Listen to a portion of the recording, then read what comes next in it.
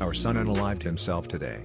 Now, our other children blame us because we treated him subhuman. Original poster: our son unalived himself today and our other children blame us. This is an "Am I the Idiot?"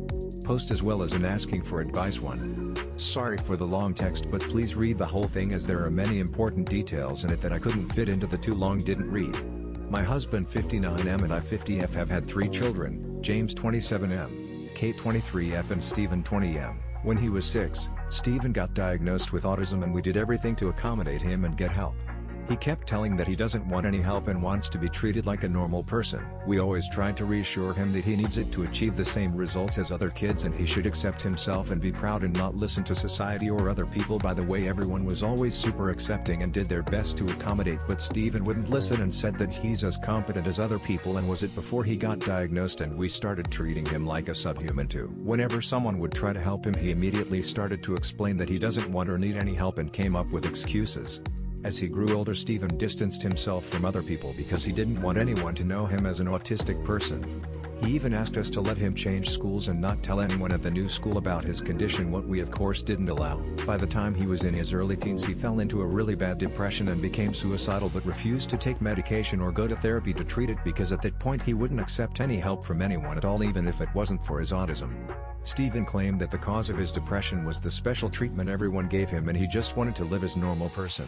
He tried to make a compromise that if we let him go to a different school where no one knows about his autism and stop treating him differently, he will get treatment for his depression. By then James, Kate and a few of Stephen's teachers were encouraging us to let him do it, but we still said no. When Stephen was 15, he attempted to kill himself by hanging. At 18 he finished school, got accepted into his dream university, moved out and cut off contact with my husband and me. He still kept talking to his siblings. He left us an angry goodbye letter in which he claimed that we ruined 12 years of his life, that we are the reason why he's still depressed and suicidal, and that he hates us with a passion. He said that now he finally won't be known as a crazy, stupid and awkward person who needs help for everything and can lead a normal life. We tried to call him and send him letters and emails, but he didn't answer. Recently we visited him at his university, but he wouldn't talk to us and eventually threatened to get a restraining order, after which we immediately left. We haven't heard much about him since then, but from what his siblings told us, he was doing better now, though he still suffered from depression. Anyway, today he unalived himself. From what we know, he overdosed on medication. Kate, who told us the sad news, says that we shouldn't have given Stephen any special treatment, or at least stopped when he told us to, and that by treating him differently we basically drove him into unaliving. She said that we've failed as parents and she will consider cutting contact with us too because she doesn't want people like us as parents. James agreed with her and said that we should at least acknowledge our mistake. Kate packed her stuff and left shortly after she originally planned to stay for New Year's too, saying that if we want to keep a relationship with her we should admit what we did wrong and learn from it. We however think that it's the fault of society with its standards and expectations, and Stephen's own fault because he wouldn't accept any help. We're absolutely devastated. Is Stephen's unaliving really our fault, and what can we do to save what's left of our family? Too long didn't read. Our son was diagnosed with autism as a child. We got all the help we could, but he didn't want it. In his teens he became depressed and suicidal. He cut contact with us when he moved out. Today we found out he killed himself and our children say that it's our fault. Our daughter threatens to cut contact as well. Are we really to blame for his death, and what should we do? Update 1: tomorrow would have been the 21st birthday of our son who unalived himself a year ago. Tomorrow would have been the 21st birthday of our son who took his life almost a year ago. My husband and I 60M and 51F have had 3 children, Stephen 20M, Kate 24F and James 27M. At the age of 6 Stephen got diagnosed with autism and we did everything we could to get help and accommodations. Everyone was super accepting and did their best to accommodate, and we always told him to be proud and not care about social norms. But Stephen still refused to accept any help and demanded that we stop treating him like a subhuman. No matter how many times we told our son that he needs help to get on the same level as other children, he wouldn't accept it. As he was approaching his teens, he gradually isolated himself from the world. He had no friends, no hobbies, and avoided spending time with us, although he didn't mind spending it with his siblings. He avoided other kids at school, and as soon as he got home, he would lock himself up in his room, and only went out when absolutely necessary. When he was 10, he also began to refuse to celebrate his birthday because it reminded him that yet another year has gone by and everything is still just as bad.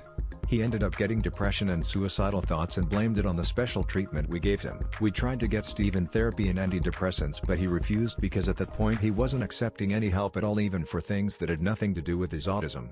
When he was 15, he tried to kill himself by hanging, but luckily, he survived. Steven tried to make a deal that if we let him go to a different school where no one knew that he is autistic, he would accept treatment for his depression, and even a few of his teachers as well as his siblings told us to let him do that, but we didn't allow that because we didn't think that he would get through school without help. Right after graduating school, he was 18 at the time, our son got accepted into his dream university, the University of Oxford, and moved out.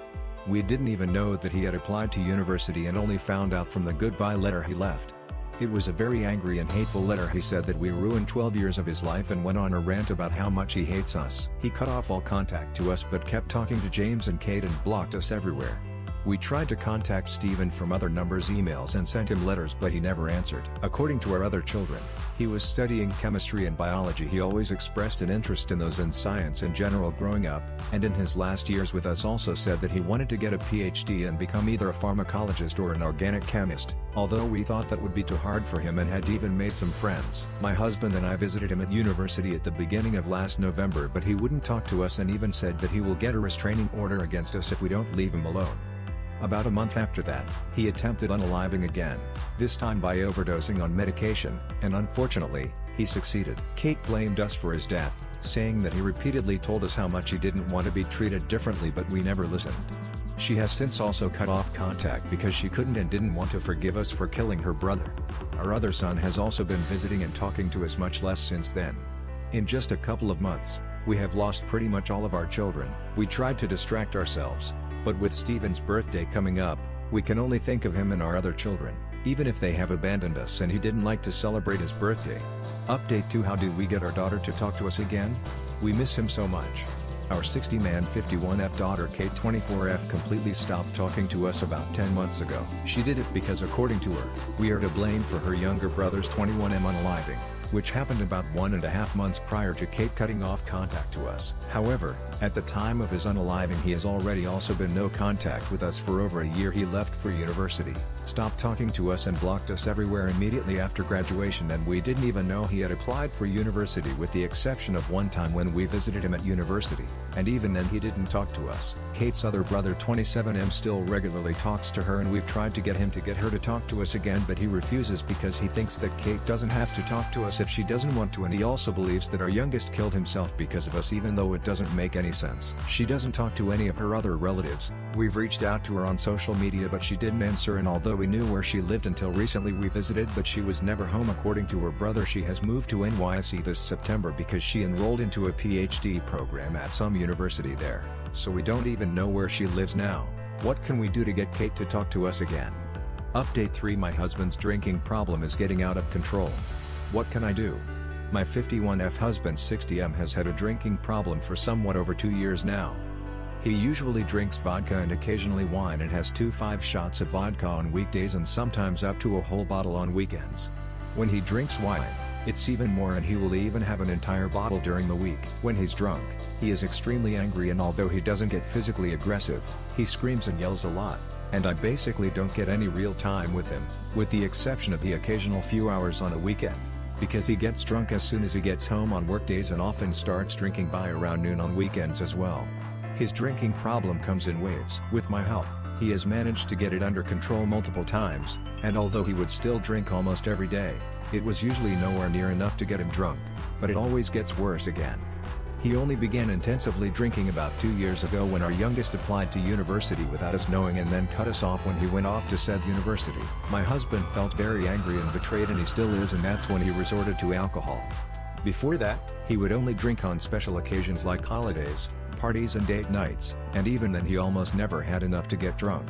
I feel like I've lost him since his drinking problem began, at least during the waves when it's really bad, because he's drunk most of the time and then all he does is just scream around. What can we do to end his drinking problem?